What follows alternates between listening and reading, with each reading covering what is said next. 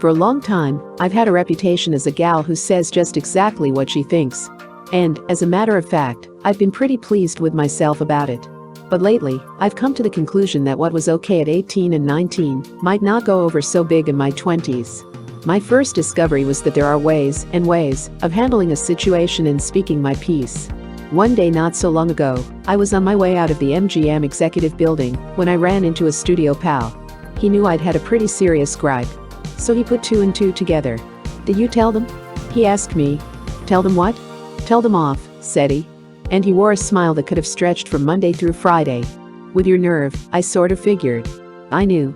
He sort of figured the building would suddenly fall flat on its foundation from the impact of my wrath. I told him exactly what I thought, I said.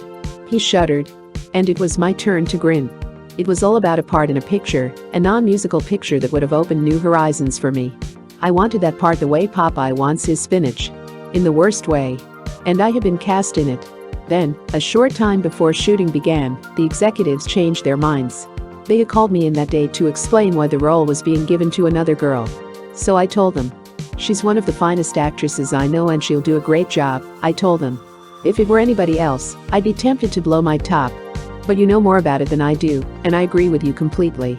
As far as I was concerned, this was a bit of the awful truth. However, there was more to it, and I decided they might as well hear the rest. "I can't say that I'm happy," I went on. "And I do hope that in the future you won't ask me to give up anything that means as much as this role means to me. Should I have gone off my rocker, lost my temper? Stalked forth to tell my troubles to 10 other people? Or just let my thoughts smolder away inside me?" I was disappointed and I wanted them to know it. I told them so in no uncertain terms. But there was respect in my mind as well as in my voice, and they knew that, too. If I feel that I'm justified, I sound right off. But these days, I try to think before I begin making sounds. There was a time, however, when I was pretty young and didn't understand that tact was more than a word in the dictionary. When I first got into movies, people used to flip at the way I talked to producers and directors. Apparently, newcomers are expected to be all ears and few words. I just walk in and start yakking away a mile a minute. Up until the time I won a contract, I'd been strictly a movie star fan. Producers and directors? They were merely the screen credits that held up the start of the show. Because I didn't know how great these people are, I just didn't realize that I was supposed to be scared. I'm glad now. Otherwise, it might have taken me much longer to learn that they are kind and understanding gentlemen. I can't honestly say that I was ever a subdued and shrinking violet, even when I was just a kid. I remember once in junior high school when campaign speeches were the order of the day. I'd been elected to speak for a friend who was a candidate for the presidency of the class. I sat very quietly while our worthy opponents had their say. Faculty members, classmates, friends, they begin, stating their platforms with dignity. Then came my turn. I had a secret weapon. A cowbell. When I got up, I rang it to the rafters. After that, I launched into my little talk. Wardens, fellow inmates, members of our jail, if we work hard enough we might get out of here.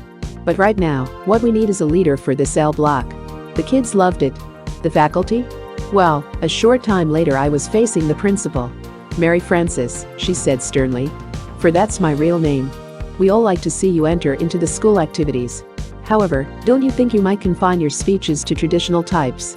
Thereafter, she suggested, it would be an excellent idea if I handed in copies of speeches I intended to make. Just to be on the safe and sane side. So I'd hand them in. They were fine speeches. But strictly paperwork. I'm a little ashamed to remember that I seldom made them. Something else always seemed to pop into my mind. "That crazy Franny," they used to say at school. "She's got enough nerve for 10 people."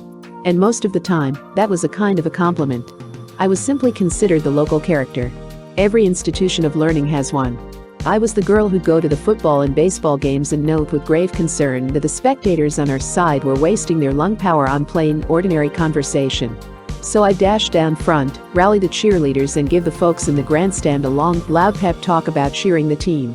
When the fellows played baseball during school hours, the coach would get me out of my 6th period class, so I could be there lending vocal and moral support. "That Reynolds," they'd say. "She has a ball." Everyone has his or her own idea of a good time. And now that I look back on it, I'm afraid some of mine were pretty wacky. I was one of the ringleaders of a group that used to break the monotony of downtown traffic in Burbank. We'd stroll down the street until we found a likely corner, then we'd stop and stare skyward. We'd talk and point. Sometimes we'd have to stand there an hour before a crowd gathered. But we thought the result delightful, everyone straining their necks to see what's with the clouds. That wasn't too bad, I guess. But we had another gag that I can see now wasn't very funny. I'd pretend that my knee had suddenly given way and collapsed on the nearest curb, madly moaning in agony. Anything we can do? The nice folks would rush up and ask. Maybe we'd better call a doctor, one of my chums would mutter. Came the time when our act was too realistic. First thing we knew, there was the wail of a siren and an ambulance speeding toward us. Someone actually had called a doctor. You've never seen an invalid and her friends run so fast. Almost everybody goes through that kind of hectic stage, I guess. It's one of the weirder sides of growing up. And, for an adolescent, it probably isn't anything to be ashamed of.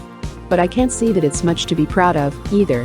For myself, I'm mighty relieved that I've put that all behind me and can have a good time now without knocking myself out. There's a theory that, life of the party, behavior of that kind is just a cover-up for deep inside shyness.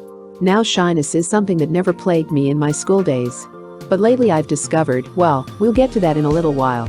Anyway, even though I was so rough and tumble myself, I did understand what tortures my shy friends went through.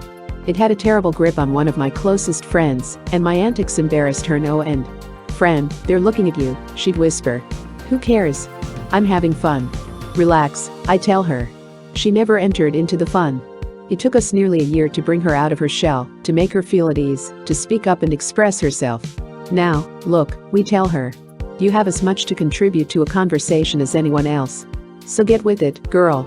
We made certain that she was included in all of our activities, and we encouraged her to take part in others. By the time we got to high school, she was really in the swing and being elected to class offices. Once she told me that she'd always wanted to be the way I was.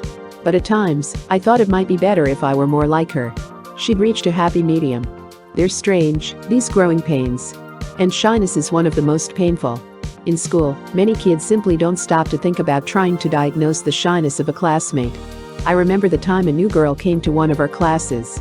At first everyone pegged her as the snobbish type, the girl with the prim killjoy attitude who preferred a book to the company of the peasant.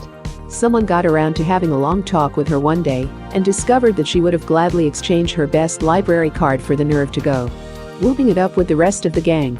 And once we learned that, she was in. I felt sorry for that girl at the time, but it was years later before I really understood what tortures she'd gone through.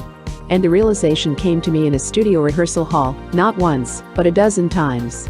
I would be practicing a new dance routine, doing just fine, until someone would happen to walk in and start to watch. Then my feet would freeze. And when I'd get them thought out again, all I'd ever want to do was start to shuffle, right out of the hall and out of sight. Eventually, I got around to talking it over with choreographer Bob Sidney. And he almost knocked me off my pins by diagnosing it as shyness. Shy? Me of all people. But as he explained it, I knew that he was right. "You're overly conscientious about this thing," he grinned. "Do you think you should do the routine perfectly, right from the start? And you don't want anyone watching you until it is perfect." So that was that. And once he'd set me straight, I knew that dancing was by no means the only thing I was shy about. There had been a lot of other incidents, none of which I'm the least bit ashamed of. They're a sign of maturity and sensitivity. As I've said, I had never taken much notice of producers and directors, but I was awfully star-conscious. Then came the day when I began to meet the stars I'd admired from afar. There they were, so much greater than I could ever hope to be. Tongue-tied? Do you bet I was. I'll never forget the time I was introduced to Clark Gable. I knew I should be saying something.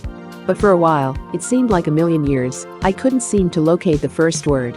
His wonderful friendly manner finally brought back my voice. Pretty soon, I was at ease again, and very thankful for it. It's a fine occasion when you come to realize that even people who tend to leave you awestruck are actually human. It's been kind of fun to stand off and watch myself change in all these little ways. And I've been aware of a very interesting thing. My appearance has been gradually changing too. My hair used to be as flyaway as my temper. Now I'm managing to keep it under control, at least most of the time. And I love the smooth clothes that seem to fit into the new picture. Now don't get me wrong. I'm still no timid flower. And I don't intend to be. I'm certainly not one for standing in a comer and coming out just long enough to be walked all over. There are a lot of things a girl has to be prepared to stand up for. Her ideals, for instance. And it isn't always easy. Not so long ago, I told someone off at a cocktail party. I don't drink or smoke, and there was one guest who kept insisting that I start immediately. "No thank you," said I. "Ah, try it," he insisted. "I really don't care for it," I told him. "Come on, Deb. You love it." Finally, I ended our verbal go-round. "Now look," I said. "I hope you won't get angry, but I'd honestly rather not have any. If you want me to argue about it, I'll argue. Then I'll go home." Well, that was that. Because I stood my ground at first, the matter is rarely a problem anymore.